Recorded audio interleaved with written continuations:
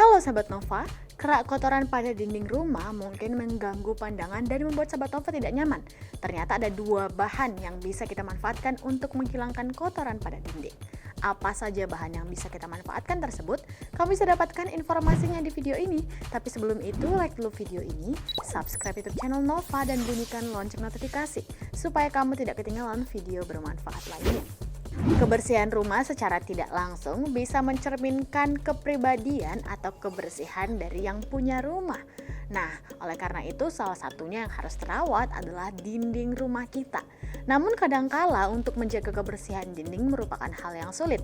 Apalagi mungkin Sahabat Nova punya anak kecil di rumah yang gemar coret-coret dinding dengan pensil warna atau krayon mereka. Bukan hanya hal itu, dinding rumah kita juga beresiko menjadi kotor karena adanya debu atau mungkin bekas minyak atau cipratan ketika kita masak dan lain sebagainya. Nah, biasanya yang dilakukan adalah menggunakan bahan kimia yang dibeli dengan harga mahal atau bahkan mungkin mengecat ulang dinding kita. Nah, ternyata ada dua bahan alami yang bisa kita lakukan untuk membersihkan dinding rumah. Dua bahan alami tersebut adalah campuran cuka dan air.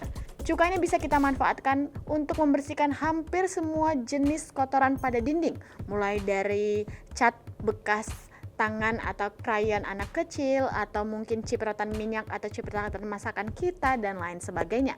Lalu bagaimana cara melakukannya? Yang pertama adalah mencampurkan cuka dan air. Kamu bisa mencampurkan 1/4 cuka putih dengan 1 ember air hangat.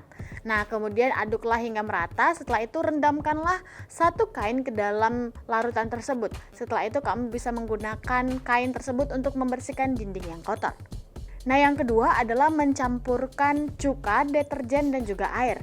Jika dindingnya mungkin sangat kotor atau tingkat kotorannya lebih dari yang sebelumnya, maka Sahabat Nova bisa menambahkan deterjen juga. Kamu bisa mencampurkan 1/4 cuka putih, kemudian dengan deterjen secukupnya dan juga air hangat. Kamu bisa mendiamkannya selama 10 menit dengan menggunakan kain yang direndam, kemudian gunakanlah kain tersebut untuk membersihkan dinding yang kotor. Yang ketiga adalah menggunakan cuka semprot. Sahabat Nova bisa mencampurkan air dan juga cuka ke dalam semprotan, kemudian semprotkanlah terlebih dahulu cairan tersebut kepada dinding yang kotor. Setelah itu diamkan beberapa saat, barulah Sahabat Nova bisa melap atau membersihkannya dengan menggunakan kain yang lembab. Yang terakhir adalah menggunakan campuran cuka, baking soda, dan air. Campurannya antara cuka, baking soda, dan air adalah 2:1:3. Jadi akan lebih banyak airnya dibandingkan cuka dan juga baking sodanya.